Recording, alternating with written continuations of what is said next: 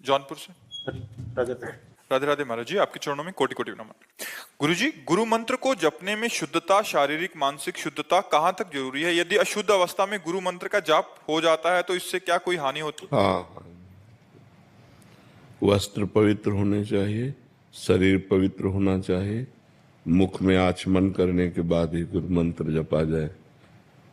3 बार आचमन करे पवित्र जल लेकर, केशवाय नमः, नारायणाय नमः, माधवाय नमः, हाथ धोले गोविंदाय नमः, फिर माला में हाथ डाल को पवित्र अवस्था में, या बिना माला के जैसे जब करना है तो हमारा वस्त्र पवित्र हो, हमारी पादुका बाथरूम वाली न हो जिसमें हम लघुशंका शौच न गए हो, फिर आप यात्रा करते समय भी जप सकते हैं।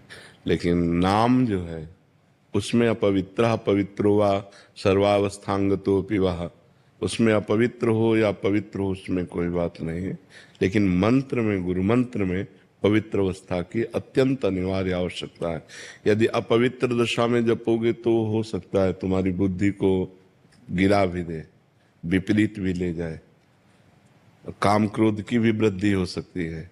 इसलिए मंत्र को पवित्र अवस्था में ही जपा जाए, जो वैदिक मंत्र हैं, गुरु मंत्र हैं, और नाम को हर अवस्था में जपा जाए।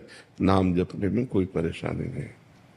महाराज जी, जैसे गुरु मंत्र शुद्ध अवस्था में घर में कोई आता है, उसके चरण छूना पड़ते हैं, तो अगर वो शुद्ध अवस्था में छू लेंगे उसको, हमारा स्पर्श उसको, हाँ, तो फिर हम जा करके पंचपात्र से गंगा जल या यमुना जल रखा जाता है, वह पवित्र हुआ सर्वावस्थांगतो पिया, यह स्मृत पुंडरीकाक्षम स्वाभ्यांतरा शुचि, अपना छिड़क लिया फिर चल गए, फिर जा सकते हैं। ऐसे जैसे माँ है और उसका छोटा बच्चा है और वो बार बार शौच करता है, उसको शौच को फेंकना है और वो बार बार नहाएगी थोड़ी, बार बार कपड़ा थोड़ी धोएगी, हाथ धोया और जल छिड़क लिया, अपने भजन में लगे।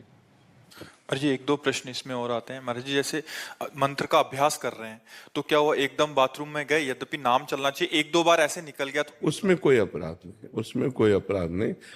अभ्यास वसात जो हो रहा है वो बात अलग है, जानबूझकर हम नहीं फिर से याद आया तो फिर नाम। हाँ बिल्कुल, उसमें कोई अपराध नहीं। हाँ महाराज जी, एक और था, जैसे किसी की सेवा में संलग्न है, मतलब जैसे कोई वृद्ध की सेवा कर रहे हैं, उस समय आप मंत्र जप सकते हैं। आप वृद्ध की सेवा कर रहे हैं, आप अंदर से मंत्र जप सकते हैं, उसमें कोई, आप अपने शरीर की पवित्रता है। अब जैसे नर्स है, अब हर समय मरीज की सेवा में है या डॉक्टर है, तो उसको अपना मंत्र जपना है। और खास बात ये पवित्रता अपवित्रता देह भाव से है। जब तक देहाभिमान है तब तक नहीं। अवधूत जब हो जाता है वही संत समझना, वही संत जब ऊंची स्थिति हो तो सोच किए पड़े हो, भगवदाकार वृत्ति है। जब आगे बढ़ जाया जाता है ना, फिर इसकी कोई परवाह नहीं रहती। पर आगे बढ़ने के लिए इसकी आवश्यकता है, इसलिए इसको मानना चाहिए। और जब हम आगे बढ़ जाएंगे फिर इसका कोई महत्व नहीं रहता। जब शरीर ही हम नहीं हैं तो फिर इसका क्या महत्व रह जाता है। पर अभी शरीर हम हैं, इस बंधन से छूटने के लिए हमें शरीर की पवित्रता आवश्यकता है। मुकुंद जी सूरत से। राधे राधे। राधे राधे महाराज जी। On Facebook, Ronak's love for coffee got deeper.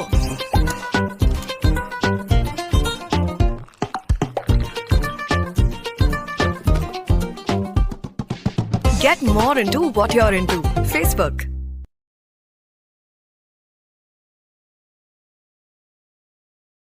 Radhe महाराज जी। महाराज जी, आपके चरणों में कोटि कोटि प्रणाम। महाराज जी, लगभग 15 दिन पहले मुझे वृंदावन आने का सौभाग्य प्राप्त हुआ और आपके दर्शन भी हुए। उस अनुभव से मन को अत्यंत शांति और आनंद की अनुभूति हुई। जब मैं सूरत लौटकर गया तो शुरुआती कुछ दिनों में मन बहुत सकारात्मक रहा। मैंने प्रातःकाल नाम जप का भी अभ्यास करना प्रारंभ किया, किंतु कुछ समय बाद मन में अनेक विचार आने लगे जिससे एकाग्रता में बाधा होने लगी। महाराज जी, कृपया मार्गदर्शन करें कि ऐसी स्थिति में व्यवहारिक जीवन जीते हुए आध्यात्मिक साधना को तो क्या होता है, जैसे हम पोछा लगा देना और दरवाजे खिड़की खुला रखे तो कुछ ही देर में फिर गंदगी आ जाएगी। सत्संग पोछा है, साधु संग जैसे कि तो सुमिरन नाम पवित्र अति दरस परस अघनाश, दर्शन मात्र से, वाणी के श्रवण मात्र से हमारा हृदय पवित्र होता है। हमें ऊर्जा प्राप्त होती है आध्यात्मिक, हमें परमाणु प्राप्त होते हैं भागवतिक। और जब हम माया क्षेत्र में जाते हैं तो हमारे परमाणु युद्ध करते हैं, वहाँ अधिक परमाणु माया के हैं और हम अपने परमाणुओं को सजो ना पाए तो परास्त हो जाते हैं।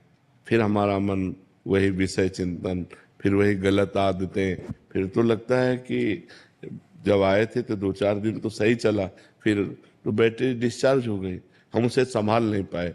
यदि हम बराबर नाम जप करें और गलत आचरण ना होने पाए तो हम वहाँ भी इसी परमाणु को सुरक्षित रखकर लंबे समय तक चला सकते हैं।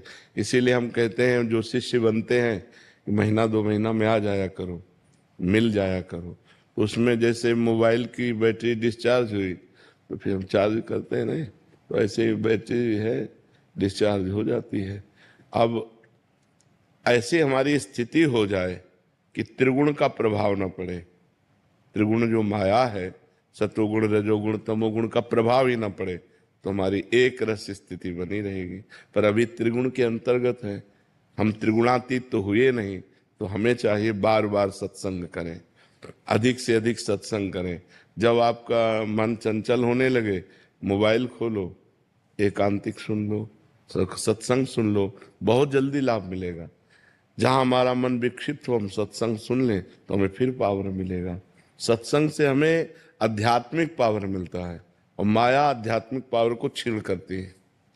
उसको जैसे आपने सुना कि गलत आचरण नहीं करना चाहिए, अब आपके दिमाग में आया गलत आचरण नहीं करना चाहिए, और जो आप माया में पहुंचे यार सब चलता है, वो उस बात को एकदम दबा दिया और अपना प्रभाव बढ़ा लिया।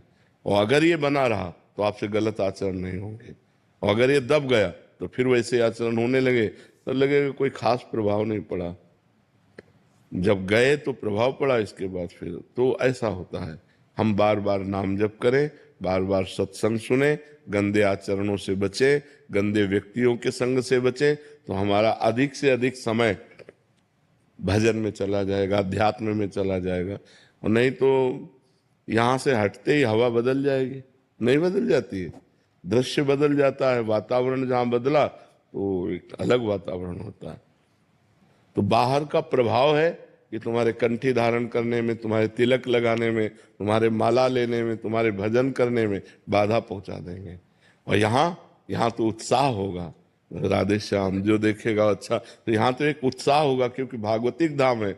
लेकिन दिल्ली कलकत्ता अन्य देश प्रदेश में रहने में पूरा सब ऐसे तो एक किया उपहास होगा। तो परमाणुओं का प्रभाव है, आप बाहर जाइए तो बाहर का परमाणु जो है भोगमय है, मायामय है, और यहाँ धाम है, संत समाज है, तो यहाँ के परमाणु भागवतिक है।